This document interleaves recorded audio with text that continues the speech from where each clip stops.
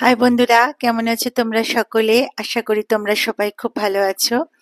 Welcome back to my channel serial with Rinka. তো বন্ধুরা, আজকে আমি তোমাদের সামনে নিয়ে এসেছি উড়ান। এই গল্পর মানে সিরিয়ালটা গল্প করে তোমাদের সামনে তুলে ধরবো। তো আজকের এপিসোডে আমরা দেখতে পাই যে সকলে বাড়ির সব সদস্যরা লিভিং রুমে বসে আছে। তো সেই সময় মহারাজও এসে পৌঁছায়। ওই আমরা যেরকম ভাঁড়ে বা এক রকমের তোমার কৌটো থাকে যেখানে টাকা আমরা ঢুকিয়ে রাখতে পারি, জমাতে পারি, সেরকম একটা কৌটো নিয়ে আসে। নিয়ে এসে বলে যে পূর্ণিমা মুখার্জি যেরকম সকলকে ভাগ করে দিয়েছে মানে আয় অনুযায়ী কাজ, তাহলে আজকে এখানে কে কি কোন ভাগটা দেবে সেটাও তাহলে ঠিক হয়ে যাক। আজ যেমন বিকেলে স্ন্যাক্স, সেটা যদি বাইরের থেকে হয় বা বাড়ির যাই হোক না কেন, কিন্তু কে খরচাটা কে দিচ্ছে সেটা তাহলে সে দিয়ে দিক, সে ভাগ হয়ে যাক। তো তখন মানে মহারাজের বাবা বলে, বাহ বাহ, খুব ভালো একটা ইয়ে করেছিস তো, মানে পদক্ষেপ নিয়েছিস তো। তখন মহারাজ বলে, হ্যাঁ জানি তো, ভালো পদক্ষেপ নিয়েছি। তো তখন এবার মানে শিব বলে ওঠে, আমি তো এখন চাকরি করি না, তো তাহলে এখন তো দিতে পারছি না। তো তখন পূজা বলে ওঠে যে এখন তখন কিছু নেই বন্ধু, তুমি ওকে কিচ্ছু দিতে হবে না বলে সেও পূজা ঘরে যায় আর নিজের ব্যাগ থেকে টাকাটা দিতে আসে, ওই কৌটোটার মধ্যে ঢোকাতে যায়। তো তখন মহারাজ বলে ওঠে যে একদম না, একদম না, যখন যা কিছু হবে সবকিছু পূজা, বাড়ির সব কাজ পূজা, গালিগালাজ খেতে হলে পূজা, ব্যাপারটা কি সবকিছু পূজা। তো তাতে তখন এদিকে আবার পূজা মানে আমাদের প্রিয়াঙ্কা আর সোমনাথ একেবারে প্রচন্ড ভাবে মানে রেগে বোম হয়ে যাচ্ছে, মুখ চোখ দেখে বোঝা যাচ্ছে। এবং প্রিয়াঙ্কা মনে মনে বলছে, দাঁড়া বেটা, তোদের হচ্ছে, আমার চরকায় তেল দিচ্ছিস তো তোদের হচ্ছে। তো এই হলো। এর ইতিমধ্যে আমরা দেখতে পারি হঠাৎ করে বাড়িতে নস্কর এসে পৌঁছায়, এবং নস্কর এসে পৌঁছাতে তো মহারাজের সঙ্গে একটু হাতাহাতি হয়ে যায় নস্করের লোকজনদের। তখন আম, এবার নস্কর বলে ওঠে, আজকে তুমি যে আমার গায়ে হাত তুলছো আমি কিন্তু পুলিশকে দেবো। তো তখন শুন, কি ব্যাপারটা কি? হ্যাঁ, তুমি আমাদের বাড়িতে এসেছো, মানে কেউ ডাকেনি তোমাকে, চলে এসেছো, আর তুমি বলছো আমাদেরই থ্রেট করছো যে পুলিশে দেবে।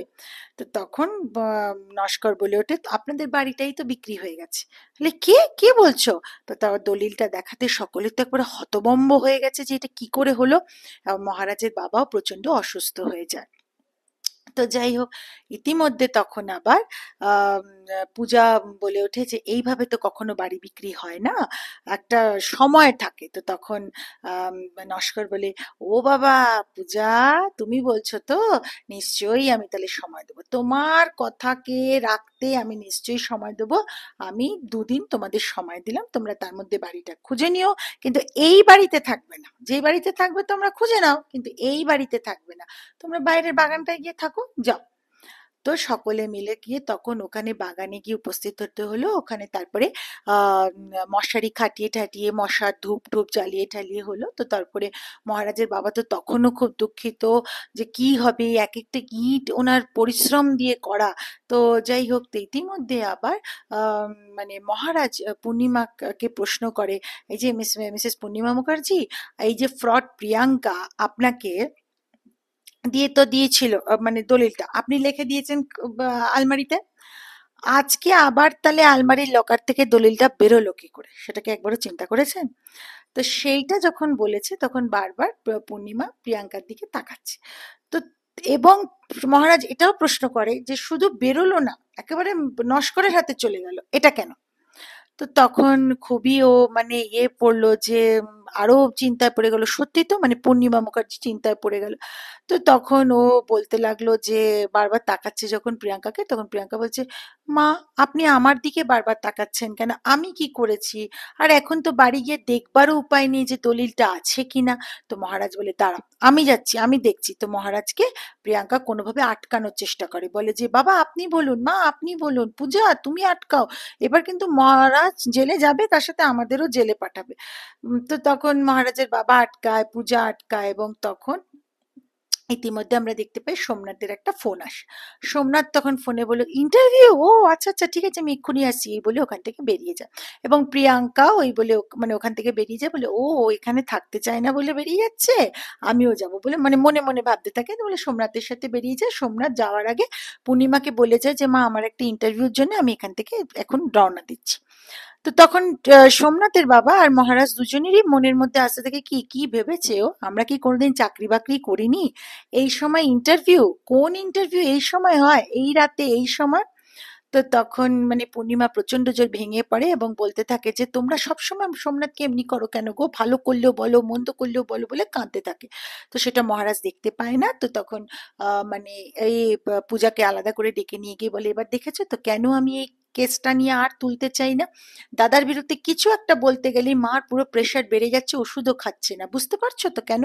তো তখন মানে ইয়ে বোঝায় আর কি, পূজা বোঝায় কিচ্ছু হবে না, আমাদের উপর মা সিদ্ধেশ্বরীর হাত আছে, উনি আমাদের পরীক্ষা নিচ্ছেন, সব ঠিক হয়ে যাবে। তো যাই হোক, এই হলো গিয়ে কথা। তো ইতিমধ্যে আবার আমরা দেখতে পাই, মানে আগামী পর্বে আমরা দেখতে পাবো যে কি না, জোর মানে মহারাজ এসছে, পূজাও এসছে, সোমনাথও এসছে কোর্টে। তো মহারাজ সোমনাথকে একদম টেনে যায়, চ কোর্টে চ। তো বলছে, না আমি যাব না আজকে, এই এই জন্য যদি মার কিছু হয়ে যায় এদিক থেকে ওদিক, তুই তখন নিজেকে ক্ষমা করতে পারবি তো।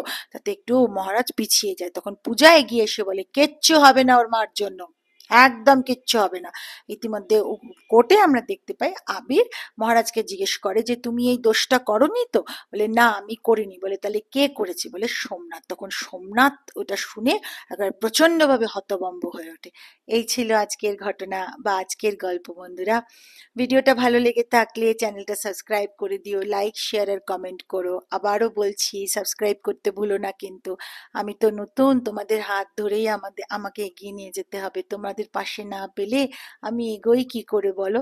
চলো তাহলে দেখা হচ্ছে আরেকটা পরবর্তী ভিডিওতে। সুস্থ থেকো, ভালো থেকো, সবাইকে ভালো রেখো।